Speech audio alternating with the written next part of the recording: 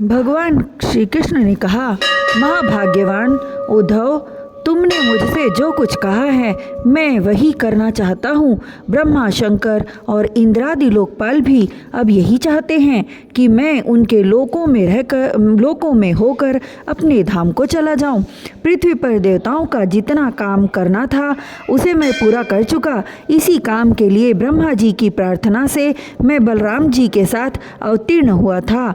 अब यह यदुवंश जो ब्राह्मणों के श्राप से भस्म हो चुका है, पारंपरिक फूट और युद्ध से नष्ट हो जाएगा। आज के 7वें दिन समुद्र इसी पूरी द्वारिका को डुबो देगा।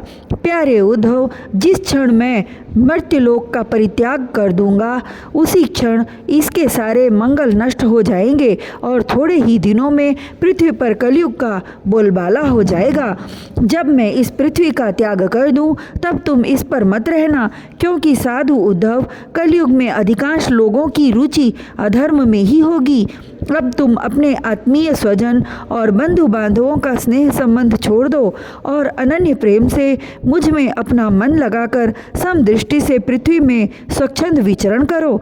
इस जगत में जो कुछ मन में सोचा जाता है, वाणी से कहा जाता है, नेत्रों से देखा जाता है और श्रवण आदि इंद्रियों से अनुभव किया जाता है, वह सब नाशवान है, सपने की तरह मन का विलास है, इसलिए माया मात्र है, मिथ्या है, ऐसा समझ लो। जिस पुरुष का मन अशांत है, असंयत है, उसी को पागल की तरह अनेकों वस्तुएं मालूम पड़ती हैं। वास्तव में यह चित्त का भ्रम ही है। नानात्व का भ्रम हो जाने पर ही यह गुण है और यह दोष, इस प्रकार की कल्पना करनी पड़ती है। जिसकी बुद्धि में गुण और दोषों का भेद बैठ गया है, दृढ़ मूल हो गया है, उसी के लिए कर्म, अकर्म और विकर्म रूप भेद का प्रतिपादन हुआ है। इसलिए उद्धव, तुम पहले अपनी समस्त इंद्रियों को अपने वश में कर लो, उनकी बागडोर अपने हाथ में ले लो और केवल इंद्रियों को ही नहीं, चित्त की समस्त वृत्तियों को भी रोक लो और फिर ऐसा अनुभव करो कि यह सारा जगत अपने आत्मा में ही फैला हुआ है और आत्मा मुझ सर्वात्मा इंद्रियातीत ब्रह्मा से एक है, अभिन्न है। जब वेदों के मुख्य तात्पर्य निश्चय रूप ज्ञान और अनुभव रूप विज्ञान से भली भांति संपन्न होकर तुम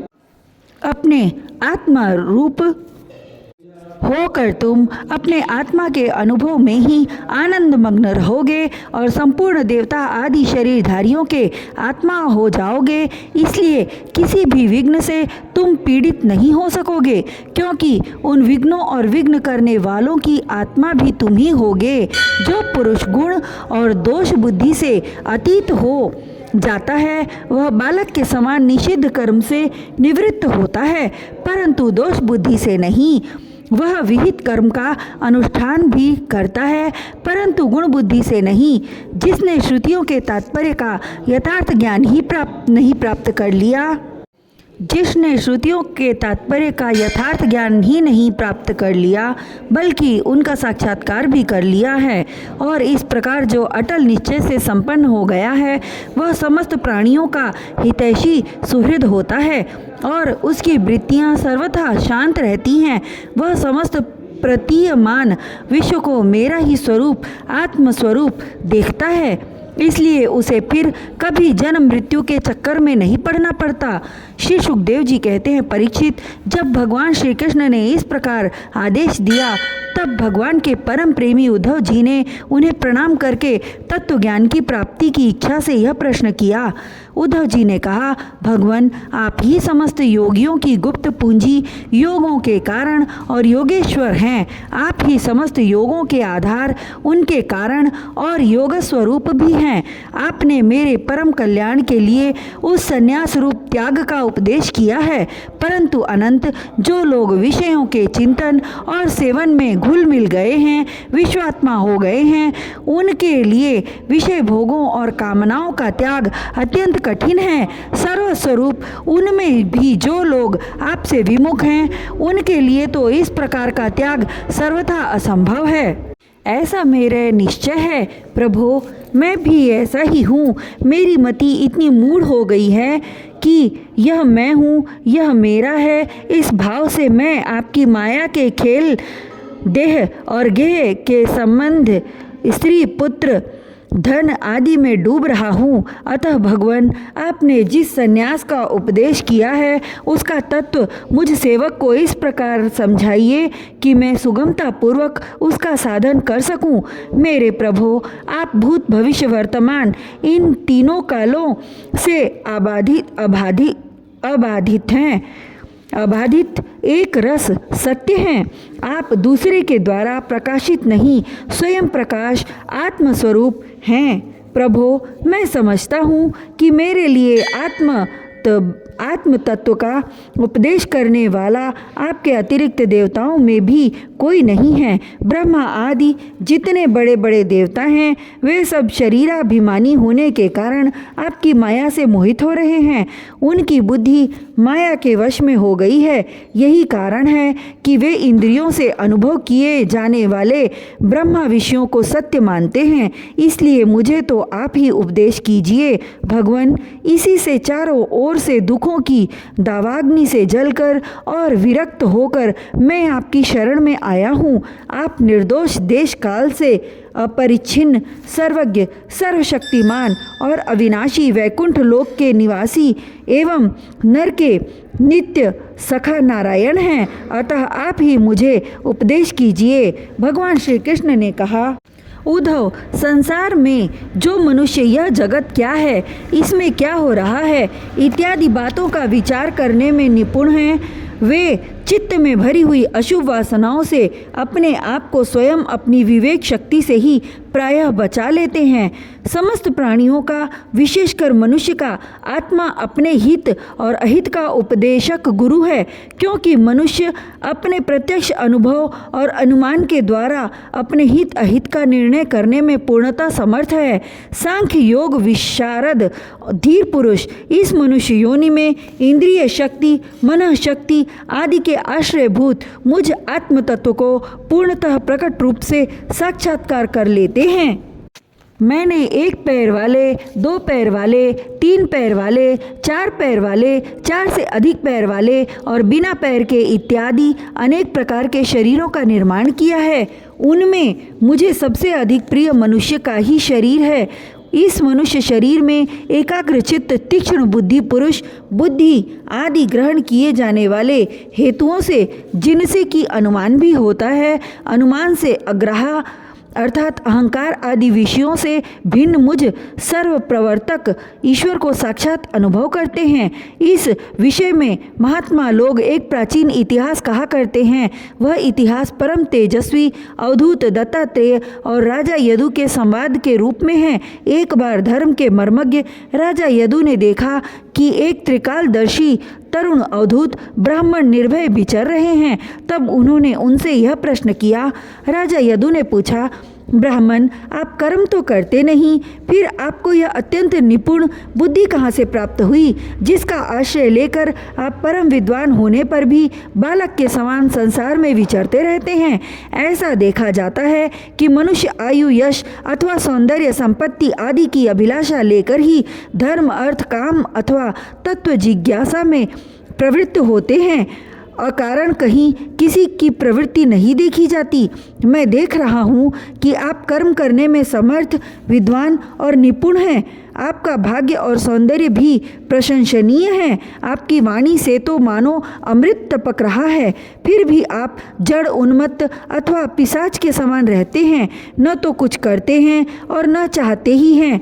संसार के अधिकांश लोग काम और लोभ के दावानल से जल रहे हैं, किंतु परंतु आपको देखकर ऐसा मालूम होता है कि आप मुक्त हैं। आप तक उसकी आँच भी नहीं पहुंच पाती।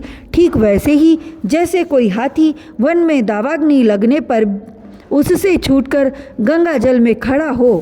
ब्राह्मण, आप पुत्र, स्त्री, धन आदि संसार के स्पर्श से भी रहित हैं। आप सदा सर्वदा अपने केवल रूप में ही स्थित रहते हैं। हम आपसे यह पूछना चाहते हैं कि आपको अपने आत्मा में ही ऐसे अनिर्वचनीय आनंद का अनुभव कैसे होता है? आप कृपा करके अवश्य बतलाइए। भगवान श्री कृष्ण ने कहा, उद्धव, हमारे पूर्वज महाराजा यदु की बुद्धि शुद्ध थी और उनके हृदय में ब्राह्मण भक्ति थी। उन्होंने परम भाग्यवान दत्तात्रेय जी का अत्यंत सत्कार करके यह प्रश्न पूछा और बड़े विनम्र भाव से सिर झुकाकर वे उनके सामने खड़े हो गए। अब दत्तात्रेय जी ने कहा, ब्रह्मवेत्ता दत्तात्रेय जी ने कहा, राजन, मैंने अपनी बुद्धि से बहुत से गुरुओं का आश्रय लिया है। उनसे शिक्षा ग्रहण करके मैं इस जगत में मुक्ति भाव से स्वच्छंद विचरता हूँ। तुम उन गुरुओं के नाम और उनसे ग्रहण की हुई शिक्षा सुनो। मेरे गुरुओं के नाम है पृथ्वी, वायु, आकाश, जल, अग्नि, चंद्रमा, सूर्य, कबूतर, अजगर, समुद्र, पतंग, भौरा या मधुमक्खी, हाथी, शहद निकालने वाला, हिरण, मछली, पिंगला वैश्या, कुरर पक्षी, बालक, कुंवारी कन्या, बाण बनाने वाला सर्प, मकड़ी और भृंगी कीट। राजन, मैंने इन 24 गुरुओं का आश्रय लिया है और इन्हीं के आचरण से इस लोक में अपने लिए शिक्षा ग्रहण की है। बीरवर, ययाति नंदन, मैंने जिनसे जिस प्रकार जो कुछ सीखा है वह सब ज्यों का त्यों तुमसे कहता हूँ, सुनो। मैंने पृथ्वी से उसके धैर्य की, क्षमा की शिक्षा ली है। लोग पृथ्वी पर कितना आघात और क्या क्या उत्पात नहीं करते, परंतु वह न तो किसी से बदला लेती है और न रोती चिल्लाती है। संसार के सभी प्राणी अपने अपने प्रारब्ध के अनुसार चेष्टा कर रहे हैं। वे समय समय पर भिन्न भिन्न प्रकार से जान या अनजान में आक्रमण कर बैठते हैं। धीर पुरुष को चाहिए कि उनकी विवशता समझे, न तो अपना धीरज खोवे और न क्रोध करे, अपने मार्ग पर ज्यों का त्यों चलता रहे। पृथ्वी के ही विकार, पर्वत और वृक्ष से मैंने यह शिक्षा ग्रहण की है कि जैसे उनकी सारी चेष्टाएं सदा सर्वदा दूसरों के हित के लिए ही होती हैं, बल्कि यूँ कहना चाहिए कि उनका जन्म ही एकमात्र दूसरों के हित के लिए ही हुआ है। साधु पुरुष को दूसरों का हित करने के लिए ही हुआ है। साधु पुरुष को चाहिए कि उनकी शिष्यता स्वीकार करके उनसे परोपकार की शिक्षा ग्रहण करे। मैंने शरीर के भीतर रहने वाले वायु, प्राणवायु से यह शिक्षा ग्रहण की है कि जैसे वह आहार मात्र की इच्छा रखता है और उसकी प्राप्ति से ही संतुष्ट हो जाता है, वैसे ही साधक को भी चाहिए कि जितने से जीवन निर्वाह हो जाए उतना ही भोजन कर ले। इंद्रियों को तृप्त करने के लिए बहुत से विषय न चाहे, संक्षेप में उतने ही विषयों का उपयोग करना चाहिए जिनसे बुद्धि विकृत न हो, मन चंचल न हो और वाणी व्यर्थ की बातों में न लग जाए। शरीर के बाहर रहने वाले वायु से मैंने यह सीखा है कि जैसे वायु को अनेक स्थानों में जाना पड़ता है परंतु वह कहीं भी आसक्त नहीं होता, किसी का भी गुण दोष नहीं अपनाता, वैसे ही साधक पुरुष भी आवश्यकता होने पर विभिन्न प्रकार के धर्म और स्वभाव वाले विषयों में जाए परंतु अपने लक्ष्य पर स्थिर रहे। किसी के गुण या दोषों की ओर झुक न जाए, किसी से आसक्ति या द्वेष न कर बैठे। गंध वायु का गुण नहीं, पृथ्वी का गुण है, परंतु वायु को गंध का वहन करना पड़ता है। ऐसा करने पर भी वायु शुद्ध ही रहता है, गंध से उसका संपर्क नहीं होता। वैसे ही साधक का जब तक इस पार्थिव शरीर से संबंध है तब तक उसे इसकी व्याधि, पीड़ा और भूख प्यास आदि का भी वहन करना पड़ता है, परंतु अपने को शरीर नहीं आत्मा के रूप में देखने वाला साधक शरीर और उसके गुणों का आश्रय होने पर भी उनसे सर्वथा निर्लिप्त रहता है। राजन, जितने भी घट मठ आदि पदार्थ हैं वे चाहे चल हो या अचल, उनके कारण भिन्न भिन्न प्रतीत होने पर भी वास्तव में आकाश एक और अपरिछिन्न अखंड ही है। वैसे ही चर अचर जितने भी सूक्ष्म स्थूल शरीर हैं उनमें आत्मा रूप से सर्वत्र स्थित स्थित होने के कारण ब्रह्मा सभी में है। साधक को चाहिए कि सूत के मणियों में व्याप्त सूत के समान आत्मा को अखंड और असंग रूप से देखे। वह इतना विस्तृत है कि उसकी तुलना कुछ कुछ आकाश से ही की जा सकती है। इसलिए साधक को आत्मा की आकाश रूपता की भावना करनी चाहिए। आग लगती है, पानी बरसता है, अन्न आदि पैदा होते हैं और नष्ट होते हैं। वायु की प्रेरणा से बादल आदि आते और चले जाते हैं। यह सब होने पर भी आकाश अछूता रहता है। आकाश की दृष्टि से यह सब कुछ है ही नहीं।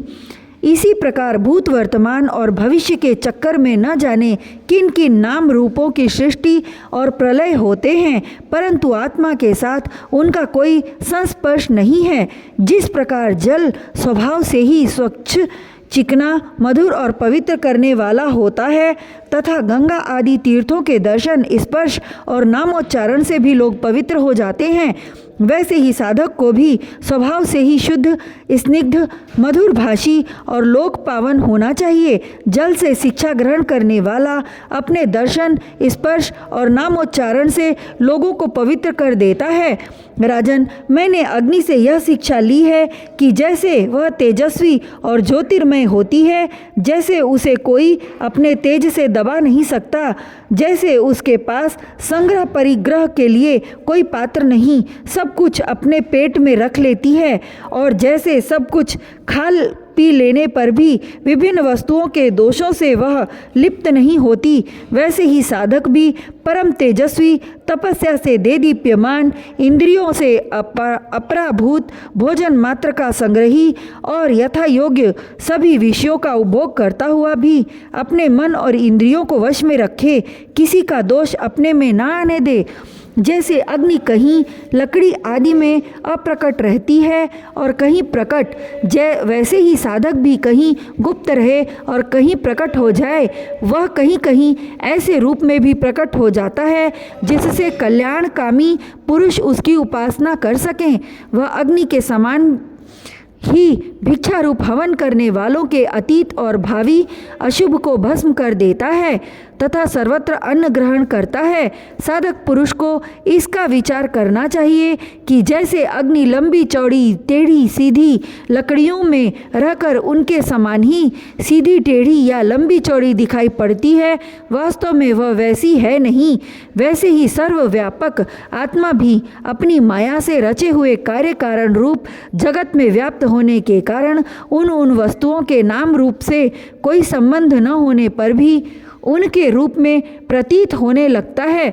मैंने चंद्रमा से यह शिक्षा ग्रहण की है कि यद्यपि जिसकी गति नहीं जानी जा सकती, उस काल के प्रभाव से चंद्रमा की कलाएं घटती बढ़ती रहती हैं, तथापि चंद्रमा तो चंद्रमा ही है, वह न घटता है और न बढ़ता ही है। वैसे ही जन्म से लेकर मृत्यु पर्यंत जितनी भी अवस्थाएं हैं सब शरीर की हैं, आत्मा से उनका कोई भी संबंध नहीं है। जैसे आग की लपट अथवा दीपक की लौ क्षण क्षण में उत्पन्न और नष्ट होती रहती है, उनका यह क्रम निरंतर चलता रहता है परंतु दिख नहीं पड़ता, वैसे ही जल प्रवाह के समान वेगवान काल के द्वारा क्षण क्षण में प्राणियों के शरीर की उत्पत्ति और विनाश होता रहता है, परंतु अज्ञानवश वह दिखाई नहीं पड़ता। राजन, मैंने सूर्य से यह शिक्षा ग्रहण की है कि जैसे वे अपनी किरणों से पृथ्वी का जल खींचते और समय पर उसे बरसा देते हैं, वैसे ही योगी पुरुष इंद्रियों के द्वारा समय पर विषयों का ग्रहण करता है और समय आने पर उनका त्याग, उनका दान भी कर देता है। किसी भी समय उसे इंद्रिय के किसी भी विषय में आसक्ति नहीं होती। स्थूल बुद्धि पुरुषों को जल के विभिन्न पात्रों में प्रतिबिंबित हुआ सूर्य उन्हीं में प्रविष्ट सा होकर भिन्न भिन्न दिखाई पड़ता है, परंतु इससे स्वरूपतः सूर्य अनेक नहीं हो जाता। वैसे ही चल अचल उपाधियों के भेद से ऐसा जान पड़ता है कि प्रत्येक व्यक्ति में आत्मा अलग अलग है, परंतु जिनको ऐसा मालूम होता है उनकी बुद्धि मोटी है। असल बात तो यह है कि आत्मा सूर्य के समान एक ही है। स्वरूपतः उसमें कोई भेद नहीं है। राजन, कहीं किसी के साथ अत्यंत स्नेह अथवा आसक्ति न करनी चाहिए, अन्यथा उनकी बुद्धि अपना स्वातंत्र्य खोकर दीन हो जाएगी और उसे कबूतर की तरह अत्यंत क्लेश उठाना पड़ेगा। राजन, किसी जंगल में एक कबूतर रहता था। उसने एक पेड़ पर अपना घोंसला बना रखा था। अपनी मादा कबूतरी के साथ वह कई वर्षों तक उसी घोंसले में रहा। उस कबूतर के जोड़े के हृदय में निरंतर एक दूसरे के प्रति स्नेह की वृद्धि होती जाती थी। वे गृहस्थ धर्म में इतने आसक्त हो गए थे कि उन्होंने एक दूसरे की दृष्टि से दृष्टि, अंग से अंग और बुद्धि से बुद्धि बांध रखी थी। उनका एक दूसरे पर इतना विश्वास हो गया था कि वे निशंक होकर वहाँ की वृक्षवल्ली में एक साथ सोते बैठते, घूमते फिरते, ठहरते, बातचीत करते, खेलते और खाते पीते थे। राजन, कबूतरी पर कबूतर का इतना प्रेम था कि वह जो कुछ चाहती, कबूतर बड़े से बड़ा कष्ट उठाकर उसकी कामना पूर्ण करता। वह कबूतरी भी अपने कामुक पति की कामनाएं पूर्ण करती। समय आने पर कबूतरी को पहला गर्व रहा। उसने अपने पति के पास ही घोंसले में अंडे दिए। भगवान की अचिंत्य शक्ति से समय आने पर वे अंडे फूट गए और उनमें से हाथ पैर वाले बच्चे निकल आए। उनका एक एक अंग और रोएं अत्यंत कोमल थे। अब उन कबूतर कबूतरी की आंखें अपने बच्चों पर लग गई। वे बड़े प्रेम और आनंद से अपने बच्चों का लालन पालन, लाड प्यार करते और उनकी मीठी बोली, उनकी गुटर गूं सुन सुनकर आनंद मग्न हो जाते। बच्चे तो सदा सर्वदा प्रसन्न रहते ही हैं। वे जब अपने सुकुमार पंखों से माँ बाप का स्पर्श करते, कूजते, भोली भाली चेष्टाएं करते और फुदक फुदक कर अपने माँ बाप के पास दौड़ आते, तब कबूतर कबूतरी आनंद मग्न हो जाते। राजन, सच पूछो तो वे कबूतर कबूतरी भगवान की माया से मोहित हो रहे थे। उनका हृदय एक दूसरे के स्नेह बंधन से बंध रहा था। वे अपने नन्हे नन्हे बच्चों के पालन पोषण में इतने व्यग्र रहते थे कि उन्हें दीन दुनिया लोक परलोक की याद ही ना आती। एक दिन दोनों नरमादा अपने बच्चों के लिए चारा लाने जंगल में गए हुए थे। क्योंकि अब उनका कुटुंब बहुत बढ़ गया था, वे चारे के लिए चिरकाल तक जंगल में चारों ओर विचरते रहे। इधर एक बहेलिया घूमता घूमता संयोगवश उनके घोंसले की ओर आ निकला। उसने देखा कि घोंसले के आसपास कबूतर के बच्चे फुदक रहे हैं। उसने जाल फैलाकर उन्हें पकड़ लिया। कबूतर कबूतरी बच्चों को खिलाने पिलाने के लिए हर समय उत्सुक रहा करते थे। अब वे चारा लेकर अपने घोंसले के पास आए। कबूतरी ने देखा कि उसके नन्हे नन्हे बच्चे, उसके हृदय के टुकड़े जाल में फंसे हुए हैं और दुख से चें चें कर रहे हैं। उन्हें ऐसी स्थिति में देखकर कबूतरी के दुख की सीमा न रही और वह रोती चिल्लाती उनके पास दौड़ गई। भगवान की माया से उसका चित्त अत्यंत दीन दुखी हो रहा था। वह उमड़ते हुए स्नेह की रस्सी से जकड़ी हुई थी। अपने बच्चों को जाल में फंसा देखकर उसे अपने शरीर की भी सुध बुध न रही और वह स्वयं ही जाकर जाल में फंस गई। जब कबूतर ने देखा कि मेरे प्राणों से भी प्यारे बच्चे जाल में फंस गए और मेरी प्राण प्रिया पत्नी भी उसी दशा में पहुंच गई, तब वह अत्यंत दुखित होकर विलाप करने लगा। सचमुच उस समय उसकी दशा अत्यंत दयनीय थी। मैं अभागा हूँ, दुर्मति हूँ, हाय हाय मेरा तो सत्यानाश हो गया। देखो देखो, न मुझे अभी तृप्ति हुई और न मेरी आशाएं ही पूर्ण हुई। तब तक मेरा धर्म, अर्थ और काम का मूल यह गृहस्थाश्रम ही नष्ट हो गया। हाय मेरी प्राण प्यारी, मुझे ही अपना इष्ट देव समझती थी, मेरी एक एक बात मानती थी, मेरे इशारे पर नाचती थी, सब तरह से मेरी योग्य थी। आज वह मुझे सूने घर में छोड़कर हमारे सीधे साधे निश्चल बच्चों के साथ स्वर्ग सिधार रही है। मेरे बच्चे मर गए, मेरी पत्नी जाती रही, मेरा अब संसार में क्या काम है। मुझ दीन का यह विधुर जीवन बिना गृहिणी का जीवन, जलन का, व्यथा का जीवन है। अब मैं इस सूने घर में किसके लिए जीऊं? राजन, कबूतर के बच्चे जाल में फंसकर तड़फड़ा रहे थे। स्पष्ट दिख रहा था कि वे मौत के पंजे में हैं, परंतु वह मूर्ख कबूतर यह सब देखते हुए भी इतना दीन हो रहा था कि स्वयं जानबूझकर जाल में कूद पड़ा। राजन, वह बहेलिया बड़ा क्रूर था। गृहस्थ था, आश्रमी कबूतर कबूतरी और उनके बच्चों के मिल जाने से उसे बड़ी प्रसन्नता हुई। उसने समझा मेरा काम बन गया और वह उन्हें लेकर चलता बना। जो कुटुंबी हैं, विषयों और लोगों के संग साथ में ही जिसे सुख मिलता है एवं अपने कुटुंब के भरण पोषण में ही जो सारी सुध बुध खो बैठा है, उसे कभी शांति नहीं मिल सकती। वह उसी कबूतर के समान अपने कुटुंब के साथ कष्ट पाता है। यह मनुष्य शरीर मुक्ति का खुला द्वार है। इसे पाकर भी जो कबूतर की तरह अपनी घर गृहस्थी में ही फंसा हुआ है, वह बहुत ऊंचे तक चढ़कर गिर रहा है। शास्त्र की भाषा में वह आरूढ़ च्युत है।